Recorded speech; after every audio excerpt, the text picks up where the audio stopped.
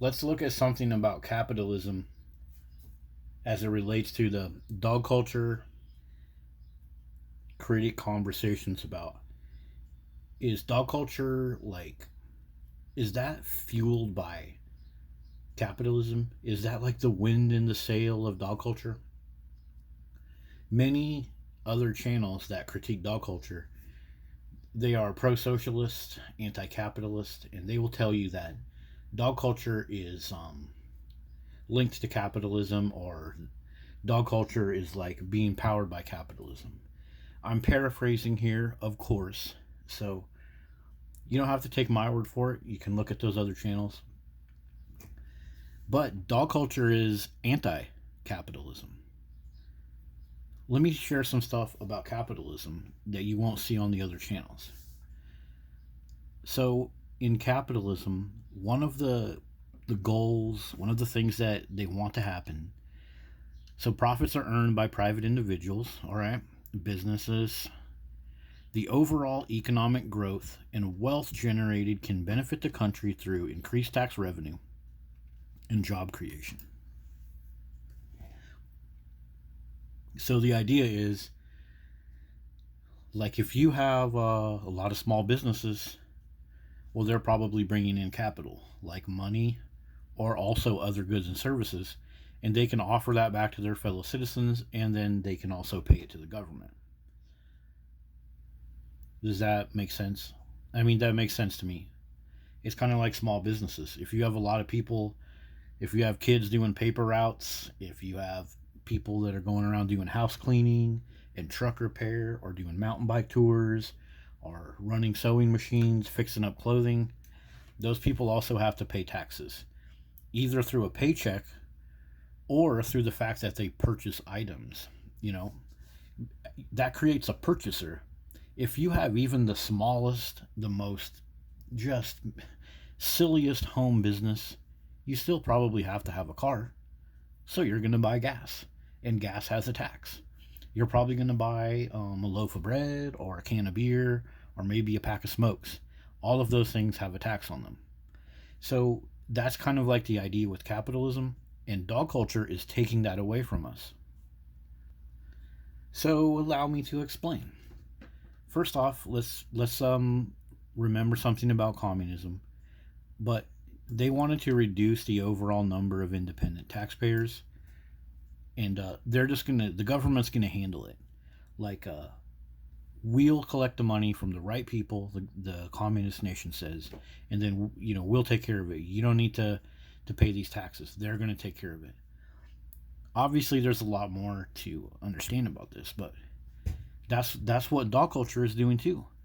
If you live in a city where most households don't have children, but they have a bunch of dogs, you don't have future taxpayers. You don't have future people that are doing small businesses. You don't have future people that are joining the military and getting part of their military paycheck taxed. You just have a community full of dogs.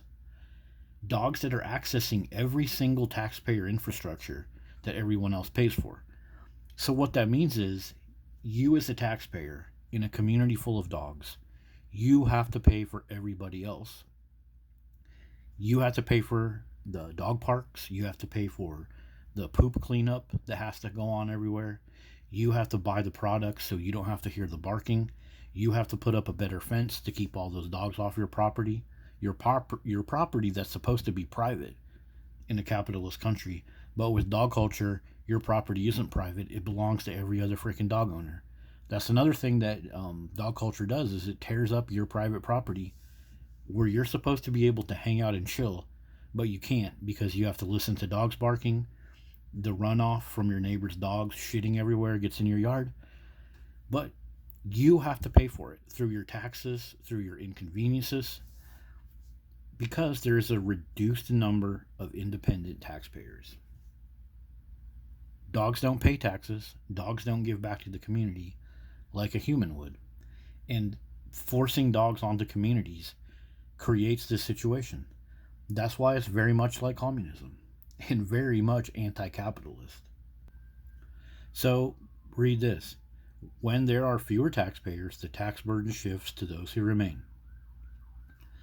So ask yourself this question: does the dog pay tax? Does the dog get a job? Does the dog invent anything? Does the dog learn a new skill? Nope. So that means you, as the taxpayer, you have to learn the new skills. You have to pay for more stuff. And guess who decides how to handle all that? It's going to be the government. If you live in a community filled with dogs, that's more police presence to deal with dog bites. That's more rescue to deal with the dogs jumping off a cliff, our dogs going on a hot trail and having to get the fire department.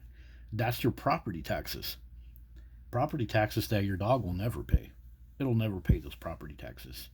And with the extra dog feces and the extra barking, all the stuff that the taxpayer funded officials do to help quell that, well, your taxes have to go up for that, such as water filtration. Dog feces is often found in the local city water runoffs, going onto beaches and everywhere else, harming the animals, polluting the water. The city officials have to figure out a way around it, and your taxes are going to pay for that, because the dogs certainly aren't going to go get a job and help pay for all the problems that they create. The government is just going to have to figure out a way to fix it, and they're going to say, well, give us some more taxes and we'll handle this dog problem. We'll give some free poop bags out. We'll put up some signs. We'll get a community service officer. We'll open up a new humane society, an $11 million tax shelter, like Texas just did. A federal spending bill paid for that dog shelter too. So that's something you guys got to consider when we're looking at dog culture and trying to draw parallels to capitalism and communism. Dog culture looks like capitalism, but that's the propaganda of it. It's actually more like communist, socialist, Marxist propaganda. And if you look deeper at all of the things that are used against us, the propaganda of dog culture, it's exactly like Russian propaganda. It's exactly like the illusion of choice. 240 dog breeds, so everybody thinks they have a choice. But really, at the end of the day, when you own a dog, you need more government presence. You need to pay more taxes for the other dog owners. You have a yard full of shit. Whatever dog that you own, it's the same result. It's the exact same result on society. Anti-human sentiment, piss, shit, barking, ruined property, property that's supposed to be private. Like, have you guys ever thought about this? Capitalism says that you have private property, but by and large, government propaganda and government officials and celebrities, they all promote owning dogs. And what is one of the main things that happens when you own a dog? Your private property gets wrecked by a dog. And capitalism is supposed to allow you to have private property to make a profit, not private property to allow a dog to ruin it. Yeah, I don't think anybody's ever thought about it like that. And I don't think anybody has ever looked at this correlation with the way that dog culture takes away the number of taxpayers, which is very similar to what communism tried to do, and it's very anti-capitalist. Thanks for watching, everybody. I'll do a better video on this later. See you next time.